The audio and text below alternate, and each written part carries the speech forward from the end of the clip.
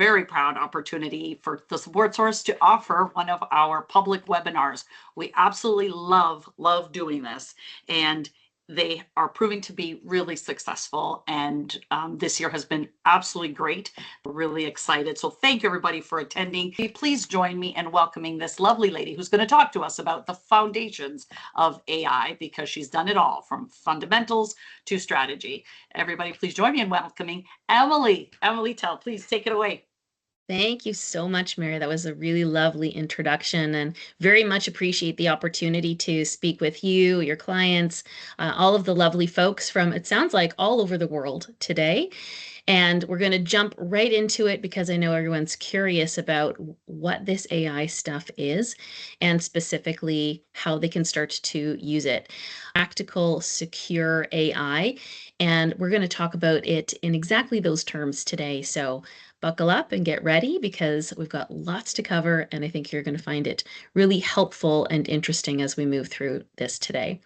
So I don't think anyone is surprised on the call that there is an AI imperative, that it's no longer an option. It's critical to your business. You need it to stay competitive. There's tons of use cases and statistics that are out there that show that you get better, faster outcomes, that it helps to automate your tasks and processes. You can then spend that time on more innovation, strategy. There's reduction in time for your cost, your business operations. Of course, it gives you unique insights and actions, and it also leads to better overall job satisfaction. But there's a lot of fear and trepidation, which Mary was speaking about. So you don't need to answer in a chat or anything like that, but think to yourself really quickly, which one are you? Are you, ostrich is my spirit animal and I just don't want to deal with this right now. I'm a little bit afraid of it. Or are you the other one, which is looking forward, excited, and ready to go? I don't know, Mary, if you want to tell me which one you're feeling like when it comes to AI. I feel like I've been both. I've been both of those. Yeah. Yeah, and sometimes we go between because there's so much going on in this space that sometimes we're feeling really great and ready, and then something new happens and it feels like, oh, I'm not really sure again. And I just want to normalize that for everyone.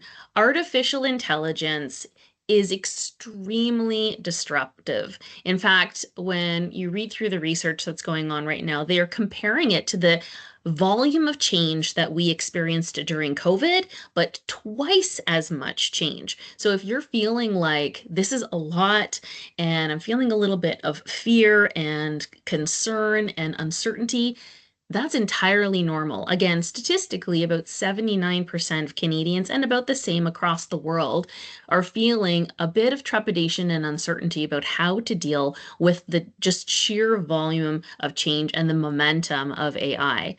And we're experiencing that disruption in a variety of different ways, right? There's something called change trauma, which is a psychological and emotional stress around rapid disruptive transformation. And AI is exactly that, right? We're experiencing it with the pace of the change, wondering if AI is getting things right. How are we going to incorporate this into our workflows, into our employment, into our organizational strategy?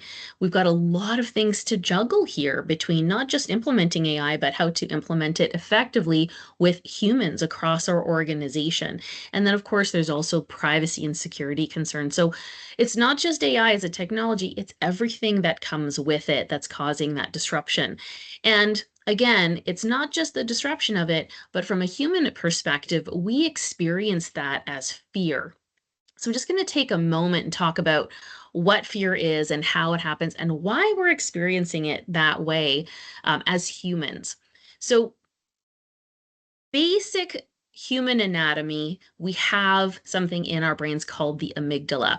It's also called the lizard brain because it's something that we have since the time of the dinosaurs, which essentially controls our fight, flight, fear, freeze responses. And when your amygdala turns on in your brain, it dumps a ton of adrenaline into your body so that you can either flee from or fight off or freeze in an attack. Now, of course, we're not being chased by a Tyrannosaurus Rex or something else, but our body doesn't know that. So our amygdala turns on anytime that we experience fear. AI is a great example of that. And it actually turns off our ability to think logically. So we have a visceral human emotional response to what's going on, which is completely normal, but also really hard to navigate when it comes to big technology change as we're experiencing with AI. And the truth about fear is that it's not just a personal impact, it actually is much bigger than that. So there's lots of different KPIs or OKRs, depending on what kinds of metrics you use in your organization. Fear is the risk that no one really talks about. It doesn't have a metric typically on a scorecard when you're looking organizationally at the health of your organization. But fear, especially with this kind of really important disruptive change, has massive risks that come with it organizationally. It reduces your overall employee ability to experience resilience and to adapt in situations. It also stalls really important adoption. The pace of AI, we need to move at pace and we can't be left behind, but fear will stop that adoption. It will halt overall progress. It means we can fall behind our competition.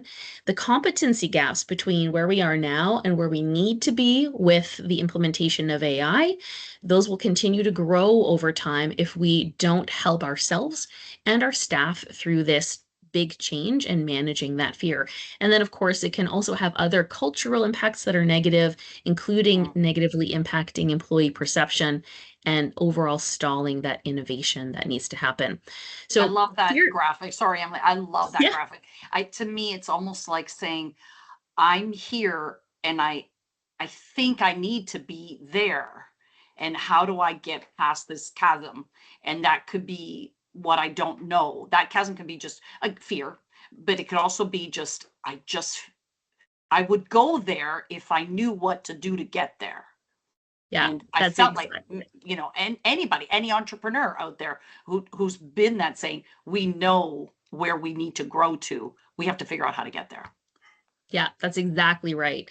And fear, a lot of times, is fear of the unknown. So, this is a metaphoric chasm. You called it out exactly right between what we know and what we don't know, our perceived abilities right now, and the abilities that we need in order to accept and convert to the new normal. Um, Again, we experience that really deeply, very much like this chasm, and we need a clear path forward. So, what is that clear path forward? There's actually 4 steps to get past fear. And we're going to actually talk about these in a variety of ways throughout the session today. But it's not just a matter of accepting it. You do need to accept that AI is here, that we need to adopt it. We may not like it, we may not want it, but it is here. We need to do something about it. So, how do we move past that fear? It's with 4 key steps. The first one is just to get good information and understand it logically. So, logic actually turns off that amygdala or lizard brain. Mhm. Anytime you bring logic in, it turns off fear. That's hard to get to sometimes, which is actually one of the reasons why I love the fact that the support source is doing this webinar. There's a lot of noise in the marketplace around artificial intelligence, and it's hard to get good, reliable information about what's real and what's not. So, this webinar is going to give people, all of our wonderful attendees today, the information you need to really understand AI from a trusted resource. And then you can start moving into phase 2, which is you can do something about it. So we're not just going to talk about it today. We're also going to give you some really practical ways that you can start acting on that, which is another way to move past fear is action. So another little psychological change management tip, they've actually found that we used to think that you had to feel things in order to act on them, and that would change how we experienced big change issues. We now know you have to actually act in order to change the brain, not brain then action, action then brain. So your actions actually change how you feel about a scenario. So we're going to give Mhm. you some things that you can do to take action today. And then, of course, ways that you can change the internal as well as business narrative about what's going on so that there's positive narrative across your organization and internally, and then reinforcing that with happy habits, which help you to deepen those neurosynapses that this change is good, I'm okay, we're going to move past it, and we're going to be successful. So we're going to talk about all those things today and help you move past the fear and into immediate implementation for yourself and for your business, which I'm really excited to do. All right, so let's start with just the basics, because again, there's a lot of noise out there about what is AI and what is it not. What do I need to know? What do I need to do? So I'm going to use a lot of metaphors to talk about this today, just because there's some easier ways to think about it, which I think help to demystify AI overall. So I'm sure everybody on the call has been in a car. You may not know how to drive one, but you've definitely been in one, or you've seen them on the road at some point in time. So I use this metaphor because I drive a car. I've been driving a car for over 30 years. I know very well how to drive my car, but I don't know actually how to swap out my engine. I don't know how to change the brakes on my car. I don't know how to, top up my air conditioning on my car. I don't know most of the guts of my car, but I know very well how to drive it. This is a nice, easy way to think about AI. Again, there's a lot of noise out there that you need to go and get a degree in machine learning, or you need to understand deep learning and neural processing. And I'm here to tell you, you just don't. With AI, you just need to know how to drive the car. There are experts, just like mechanics. Mechanics know how to fix your car, swap out your engine, change your brakes. They are the specialists. But most of us just need to know how to drive the car. And the same thing is true for AI. There are people that are very experienced at developing agents, which we're going to talk about, that they're very good at developing neural networks or training AI models. But most of us, we just need to know how to drive the car. We need to know how to use it in a way that creates efficiency and helps us to get faster from point A to point B, just like driving a car. And we also need to know the rules of the road. So this is, how do we use it safely and effectively, right? Staying in our lane, making sure that we're not causing accidents, making sure that we're staying secure, we're keeping the information that needs to be in certain tunnels there and not across the network. So we also need to know the rules of the road. How can we interact with the AI securely and safely, which we're also going to talk about. So that's it. That's the good news for you today. You don't need to know how to train an AI model. You don't need to go back to university or to university at all. You just need to know how to use AI effectively and securely and safely. So what is AI anyways? What it is at its most basic component is it's just a software program. That's it. It's a software program that's trained on a ton of data. The large language models are trained on the entire history of the internet, so a lot of data. But that's all it is that it is software trained on a lot of data, and it's also been provided with very clear sets of rules, processes, or instructions that it must follow, right? It has guidelines or rails that it has to stay within. That's it. That's all that it is. What it is not, it is definitely not human. Sometimes we talk about AI like it's human, so it might feel that it's human, but that's just because of human language. It's a lot easier for us as humans to say, my AI thinks, or my AI feels, or my AI told me to. But I heard that. Told me. Literally right? said the words told me. Yes. Yeah, because it's using natural language processing and predictive analytics with a ton of data to sound human, but it's just a software program. So when we think about it as human, it's because our language around it is human. It's significantly easier to say, my AI told me that we need more bread, or my AI told me that these are the top 5 careers based on my experience, but it's not actually human. It doesn't think, it doesn't feel, and it also does not form language in the same way that we do. It's a lot easier to say my AI told me than to say my AI took my data input, ran it through an algorithm with natural language processing, and then provided an appropriate output based on my prompt, right? No one's going to say that because it takes a long yeah. time. No one's going to go down that road. Yes, I think so what much kind of easier. adds to it, Emily, I think maybe what I'm noticing more and more and more as I use AI, not only is the responses and language that it's responding to me with when it provides me an answer, the language that it's choosing or the verbiage that it's using is getting quite close to mine. I feel Right. like the way I ask the questions, it's being returned back to me and framed very, how do I put this, relatable, the way I would answer a question if I was Yeah. asked something, which again adds to this sort of illusion or feeling that it's some person, something is behind this. Absolutely, right. And it evokes those types of human feelings, and it can sound like you, especially if you've trained it to do that. So our voice, I don't just mean the sound of my voice, but I actually mean the words that I choose, the way that I phrase things in emails and documents, things Mhm. like that, are very unique to me. I can actually train an AI to choose to use those things. And again, I say choose. It's not actually choosing, it's just getting fed data. And then again, it's using the algorithm and predictive analytics to say, based on this data, I should respond in this way, right? Entirely a software program using data inputs and data outputs. But it can feel very human, again, because it's using the same types of language and because we talk about it like it was human.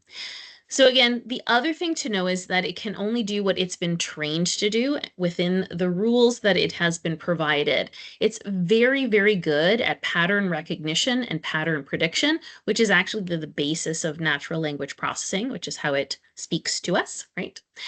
But what it can't do is it can't think, it can't reason, it cannot have any form of originality or anything that's creative or divergent. It is not good at critical thinking and problem solving.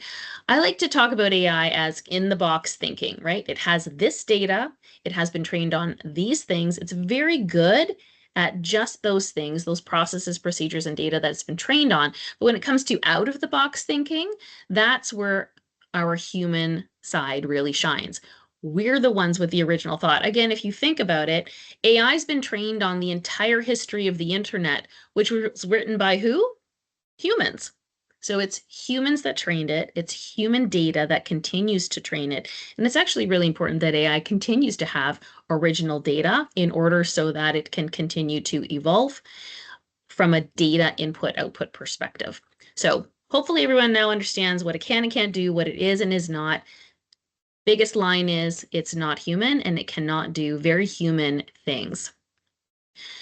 So what does it do and how does it do it? Well, one of the first things we need to talk about is what is a prompt. So I'm sure everyone's heard the word prompt. It's out there a lot. It's one of the pieces of AI jargon that you're going to pick up as you start to learn AI a little bit more. Prompt is just a fancy way of saying question or instructions. And AI needs a prompt to work. Again, it needs instructions, guidelines, processes, so that it has defined rules that it can follow in order to accomplish task.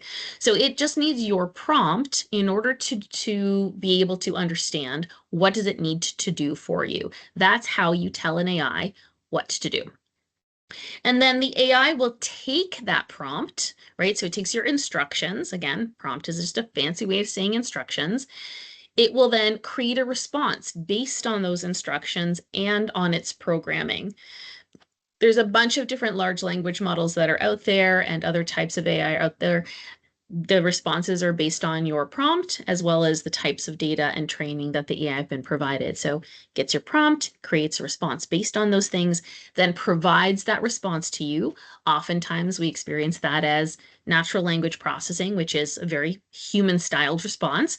And then it's going to also update the response based on your feedback, right? So if you say back or type back to the AI, that's not right, I actually asked for this, or I need more of, it will update its response based on that as well. And then it will also update future responses based on your feedback, because you are training it by providing it with additional data.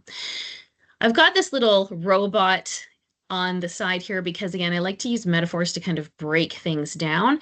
I like to think of AI and talk about it like a little chef, very similar to a chef or a cook.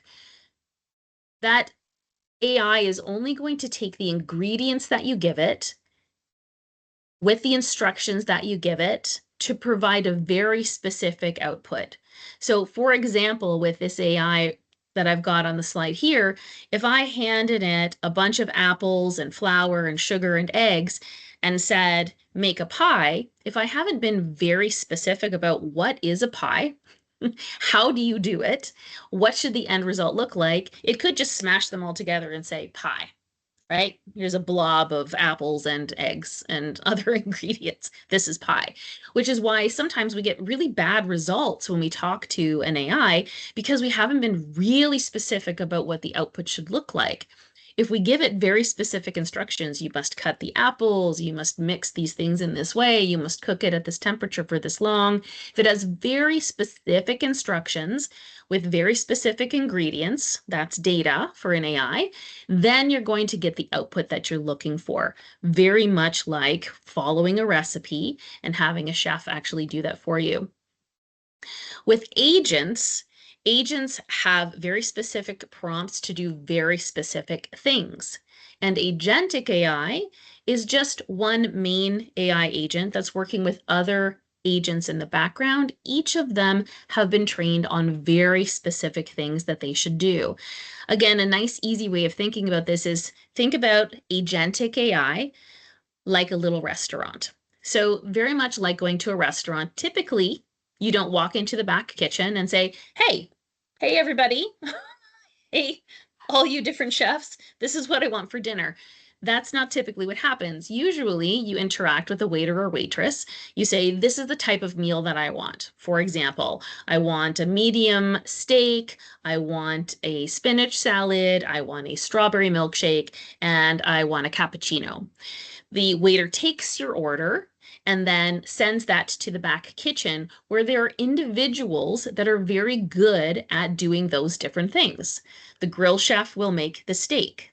The dessert chef will make the milkshake.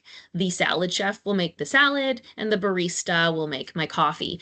Each one of those people is very good at a very specific task. They know how to do it. They know how to do it very well. They can do it quickly, and then they deliver it back to the waiter, who then delivers it to your table, right? Consolidates the results, gives it back to you, and will talk to you in human language. Hey, is this what you ordered? Hey, how is it tasting? Is it what you expected?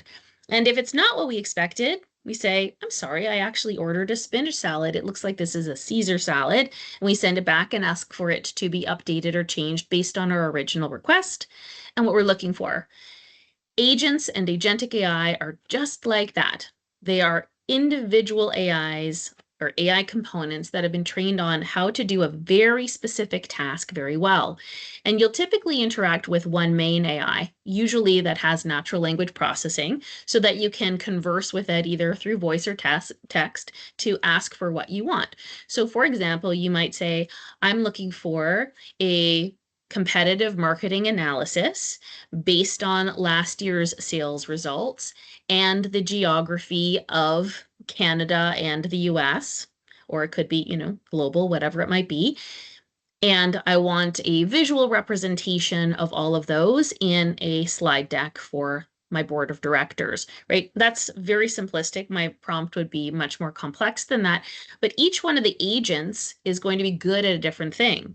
There's going to be one that's really great at financial analysis. There's going to be one that's really great at creating PowerPoints and visuals. There's going to be another one that's really great at analysis and research. And each one of those little agents is going to do their individual things, consolidate that result, give it back to that main AI, and then those final results will be presented to you as one final component. So that's a nice, easy way to think about how agentic AI works. Very much like a restaurant, you're going to have multiples of agents in the back end that are good at very specific things that consolidate results. But how you experience that as a human is very much, again, like a restaurant. You're going to talk to one AI, which is your main AI. You're going to give it the prompt. You're going to work with that AI. The AI is then going to send that request to the other agents at the back end. Each agent is good at a thing. It will give it back to that main AI, which provides a response to you. And the same way that you would work with a large language model without agents, you're going to give it feedback and say, that's not actually what I wanted. I asked for global results, not just for North America. It will update the results. And then again, it will provide you with a new result and update future responses as well. So So it's Anne-Marie, nice. can I jump in? Just one quick question on that. And I encourage anybody who has questions, please put them in the Q&A, please. We'll have some time at the end for questions. Really quickly, as we are training our main AI, our waiter, let's say, our server, are we also training the other AIs, the ones that were specialized in those different areas? So like you said, one might be specialized in financial analysis, another one might be specialized in the visual representation. Do we train those as well? Yes, anytime that you provide feedback, you're actually training any of the agents or the large language model. Because training an AI model is, again, it's just a fancy way of saying providing it with additional data that it can then use for future results. Yeah. So essentially, every time I'm interacting with it, it's learning. It's That's taking that data, including when I said, no, not like that, I need this. It's learning. Yes, it's always learning. Cool. And again, that's a human word for what it's doing, right? Learning.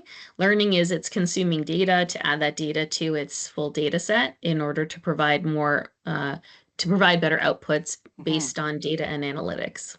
Right. Cool. Yeah, great question. Thank you. And both of those also require good data at the beginning. So just like in any restaurant or with any chef, the better the ingredients, the better meal you're going to get at the end of the day. If you get bad ingredients delivered to a restaurant, you're going to get a bad meal at the end. For AI, it's the same thing. The better your ingredients, which is your data, right? If it's clean, if it's organized, if it's very specific to the problem that you're trying to solve, the better the data, the better the output that the AI will also provide you with. And you use that data to prompt your AI effectively. So now that you know kind of what AI is, we're going to talk about how can you use it most effectively. So a couple of quick tips around prompting with AI. Again, just remember prompt is a fancy way of saying question or instructions. The things that you need for a good prompt are three things. The first one is to provide the AI with a role. So you should actually tell the AI what role is it playing. If you don't tell it the role, it's going to be very generic in its response. But if you tell it kind of who it is playing, the role that it is playing, it will actually consume and use different types of data based on what you've told it. So for example, role, you are a social media marketing specialist, right? So now the AI has taken that prompt, said, okay, great. Those are the types of pieces of data I'm going to look for. You want to provide it with context. The more context you can provide it with, the better your result will be. So context is posts must align to the attached product guide. So context is where you're going to tell it, this is what I'm looking for, and here's some more data that you can use to give me a better result. So this is where you can point it to a website, attach a branding guide, a product guide, direct it to a specific other set of websites for market analysis, attach other documents for reference. Context is giving it enough information to give you a really great result. And then after you've done that, then you're going to provide the request. So for example, create an Instagram post for our new product. If I just started with create an Instagram post for our new product and put anything else in there, it's going to, if you're using a large language model, pull everything from the history of the internet and just give you an output, which is going to be very generic and random and probably not going to meet your needs.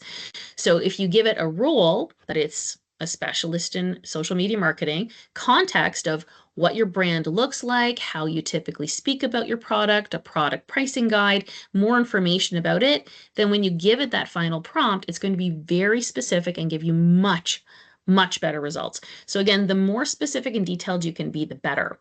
I like to also think about AI like an intern. So if I hired an intern, someone who'd never worked in my company before, and said, "Hey, go create some social media posts," I would anticipate that they're going to have to do some research to understand what that looks like, or I'm going to have to be very specific. I want you to create social media posts. I want you to look at the ones that we've historically done. I want you to make sure that they're aligned to our brand pricing, our colors, our tone. I want you to use these type of visuals. I'm going to give that person as much information as I can for them to be successful at the question that I've asked them to fulfill. Same thing is true for AI. Think about it not like someone who knows everything, an expert, because it isn't. It's only going to do what you tell it to do within the parameters, again, that you've fed it. The other thing, though, that it's really good at, and I know a number of people who actually do this just by talking to it, by enabling the text to voice. You can do it verbally. You can also do it by typing on your phone or on your laptop or desktop. But it is fantastic at collaborating. Again, it's not great at, in fact, it doesn't do original thought, but it's great at collaborating to help us be better at original thought. I can anytime, day or night, right? So if I wake up at 3 o'clock in the morning with a fantastic idea, I can collaborate with my AI at 3 o'clock in the morning and ask it questions, ask it to research something, ask it to give me more data or to provide some insights on something. It will generate those ideas. It will edit, expand, contract, experiment, chat, research, help me dig into the data so that I've got a collaborator literally in my pocket to help me to come up with better, more original, more innovative ideas and help to expand ideas that I've already had. Fantastic at collaborating. And also from a psychological perspective, they found that this is one of the best ways to maintain your original thought and your ability to think and solve problems is to use AI as a side collaborator to solve problems along with you. Rather than getting the AI to do everything for you, use it as a collaborator to help you to augment your current Yeah, human capabilities. I've loved that. I really personally found value in being able to um, use it to say, to have almost like an exchange of saying, this is my idea, or this is my thought, or this is where I'd like to go with this. Do you have more information on this? And it's amazing just to see sort of where my idea, what started with my idea, where it grew from. Yeah, absolutely. And there's also another framework that you can use to think about that. I call it, the 20-60-20 rule. But essentially, you have to remember that the AI cannot do everything, right? Going back a little bit, it's not human. It cannot think for itself. It needs our guidance and it also needs our validation. So the first 20% is original thought, right? That's you creating the prompt of what do I want? What is the output that I'm seeking? What am I trying to accomplish? And then the AI takes that middle part, the generation, right? Or doing piece, and it actually produces that output for us. And then the last 20% is us validating. Did it actually get it right? Did it produce the thing that I wanted it to? Is it accurate? Are those sources actually true and valid? So we have to also make sure that we spend the time on both ends, providing original thought, but then also making sure that the AI got it right. Again, very similar to an intern, a new hire, employee. We want to make sure that that employee is being successful in what we've asked them to do. And if they're not, then we coach them to be better. AI is very much like that. We provide a task that we want them to accomplish. The AI does the task, and then we need to validate and coach against that task. And it's a critical piece that we as humans need, and as business owners and organizations need to make sure that that validation is also done to make sure that the AI is being used ethically, securely, responsibly, and accurately at the end of the day. And then this iterates, right? So you validate and you go back to the beginning, say, that's great, I also want this, right? And it moves and it continues that loop throughout. All right, so now that we know what AI is, a little bit more about how to use it, let's talk about some best practices to make sure that you're using it securely, safely, all of those other great things. So one of the first things that's true, and very honestly, this is true for any technology, but especially for AI, you need to make sure that you get your foundations right. So similar to this rocket, right? You would never see a SpaceX rocket or pick a rocket really that's going to launch off of a rocky, sandy beach. Because what's going to happen is, yes, the rocket will launch, but it will go up and then very quickly come down, crashing, burning, and creating a massive mess that is actually a lot harder to clean up than if you had just made a nice, strong foundational surface for it to shoot off of, and then it can actually hit the trajectory of the moon. Good foundations allow you and your business to scale and move quickly in a trajectory upward and in a sustainable way, just like a rocket, if you have the right foundations. But if you don't, what ends up happening is it will crash. There will be organizational mess to clean up. And typically, it's going to take a lot longer to clean up the mess than if you had just gotten the foundations right in the first place. So those foundations are 4 key things. You need to make sure that you've got the right data. It's got to be good, clean data. Also the right infrastructure, right? That depends on the types of softwares that you're using, but you want to make sure you've got the right infrastructure for what you want to do. You also need privacy and security. And this is especially important with AI because depending on how you're implementing AI, it can have access to everything in your organization from a data perspective. So you need to make sure that the things that are supposed to be confidential stay confidential and only accessible by those things that and people that should see and be able to work with them. You also need really good, clear processes and procedures. Those aren't just important for humans anymore. They're also especially important for AI because it needs those clear processes and guidelines to work inside of. And that's also how you define how the AI is going to fit inside of your existing business structure. If you've got your workflows and processes defined, it's really easy to understand and see what pieces should the AI be doing versus what pieces should the human be doing so that the human can, again, provide original thought and then validate and govern all of the processes that the AI is doing. So it's not about taking the human out. It's about choosing very selectively where does the human fit in and what types of tasks will that human now be doing. And then that, of course, leads to knowledge and skills, building up your knowledge, your skills, your capacity, and your competency across your workforce. And I know the support source does a lot of really great work with clients on managing privacy and security. So I can honestly say that having an IT provider help you with the privacy and security piece is extremely important. And I think any IT service provider, honestly, a lot of times, I mean, we operate with that, almost like a beacon all the time of what's the privacy, what's the security going to be like, what's the security on this, what's the security on that, what's the confidentiality on that, and implementing AI would be no different. We would look at the same parameters of what is necessary in your business, of what is supposed to be seen by who has access to what, doesn't change. And how that security is implemented, or sorry, how AI is implemented, or when it's implemented, the security is very much a piece of that with any kind of rollout. That goes for everything. AI is no different. Yeah, absolutely. And when it comes to IT providers, honestly, it is a really good idea to have someone like the support source able to help and guide you through those processes.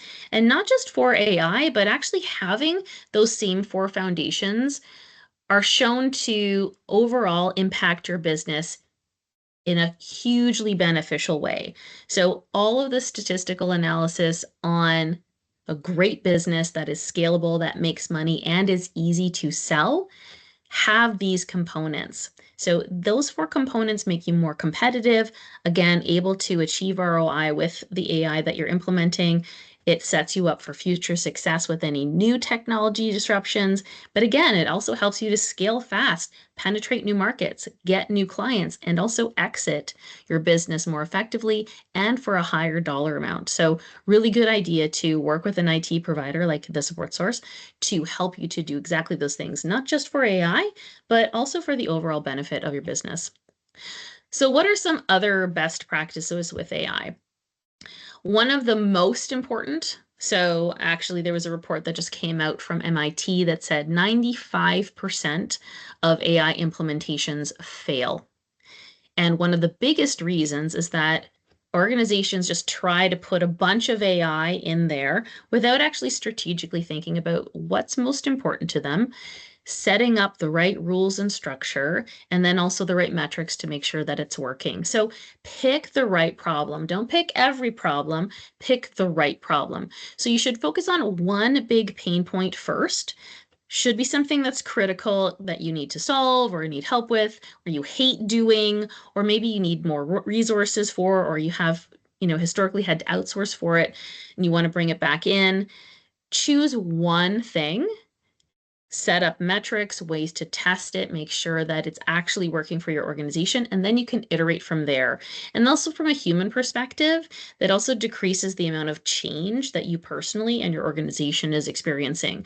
So they can start to experience AI in small, realistic chunks that make sense to the business, and then continue to add on and iterate from there.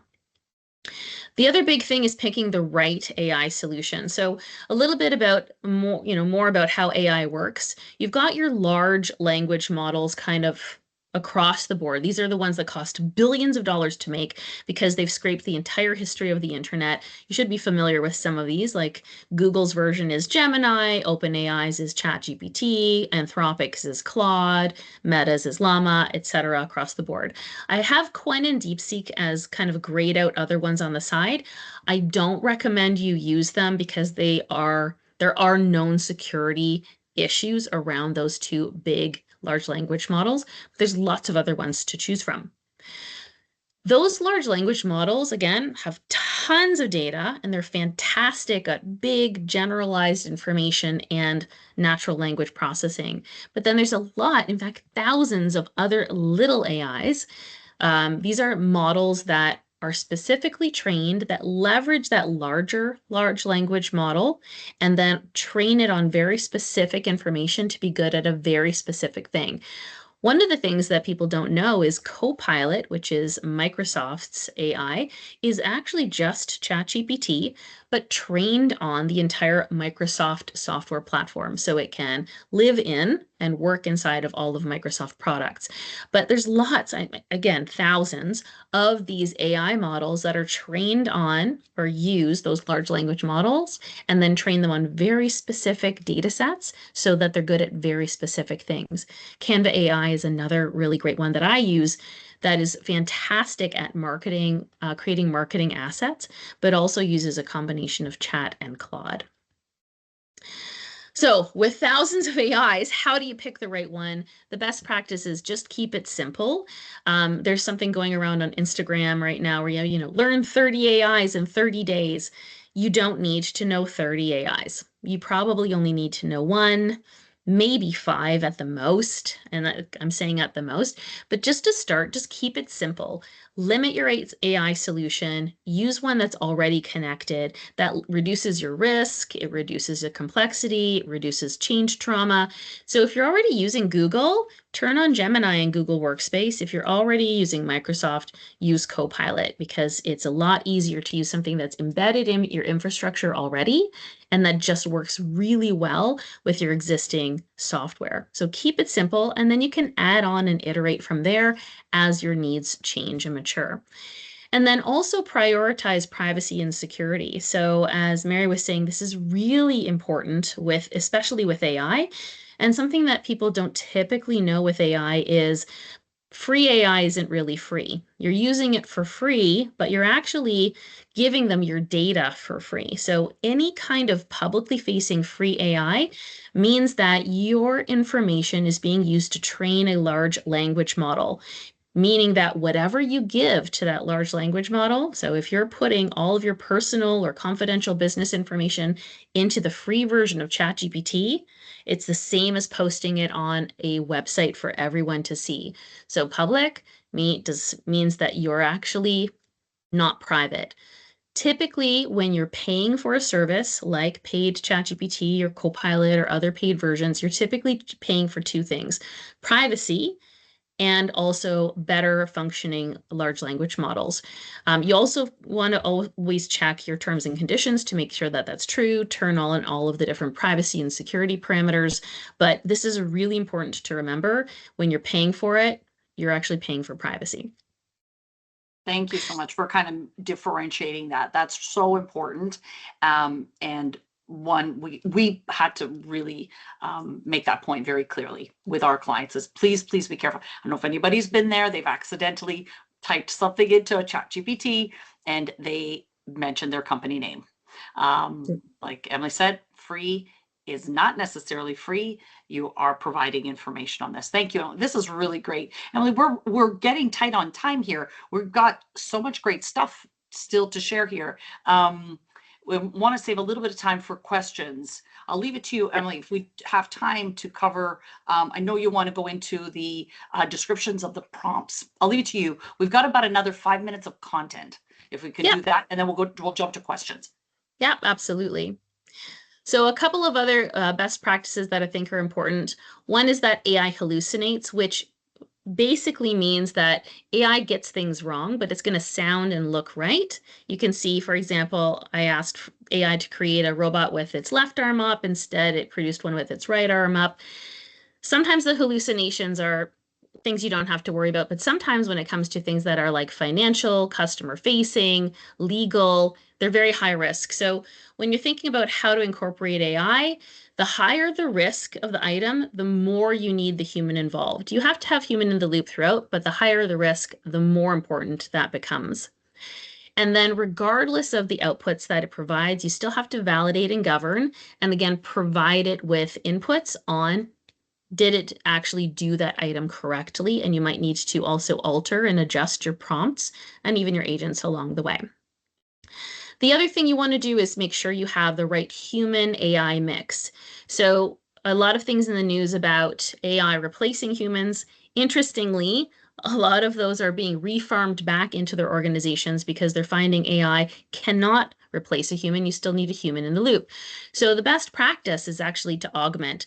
So whatever you're doing now, when you add AI, it augments the human and that creates more capacity. And the best companies are the ones that are using that capacity to differentiate themselves in the market by doing new and unique things or by spending more unique and specialized time with customers. So coming all the way back to the beginning, we now logically know what it is, how to use it. Now we want to get into action and also how to communicate around it and then reinforce it. So when it comes to having humans are critical when it comes to AI. And in order to make sure that you personally and your organization is leveraging AI effectively, again, you need to make sure that people understand it logically, that they can use it so they learn about it, they know who's impacted, and they can get engaged. We should also market by helping understand the why and what's in it for me, and then reinforce that throughout the years, not just launch and done, has to be launch and then reinforcement to make sure that we develop habits and change culture. So in these last few minutes, and thanks for the prompt, we're going to look at AI in action, and we're actually going to look at some prompts. So these are some common business prompts. Again, these could be blown out by adding a lot more detail, but they each use the 3 steps. So for example, in this marketing prompt, I've got the role. It's a marketing expert that specializes in whatever. I'm going to say Instagram. The context, my company believes in high quality, trust, and excellence in customer service. And our website has all the details. I'm going to give it the URL. And then I'm going to give it a very specific detailed request. In this case, it's creating a 6-month content plan for social media tailored to Instagram. The plan should be tailored to Instagram. The tone is upbeat and friendly, and it should include each one of these things. So you're going to see that's the basis of a fantastic prompt, and it's going to give you much better results. And again, you can use this in other ways. So this is a sales example where the role is a financial analyst. The context is that we're trying to understand sales trends. And here's an attached document for more information for the AI. And the request is for it to think deeply and critically, check its work, provide a summary of purchasing trends by customer, location, segment, etc. And I can ask it to do that in a table, to create a visual, whatever the output is that I'm looking for. I can go even further than that and ask for deeper competitive analysis by telling it it's a research assistant that specializes in that.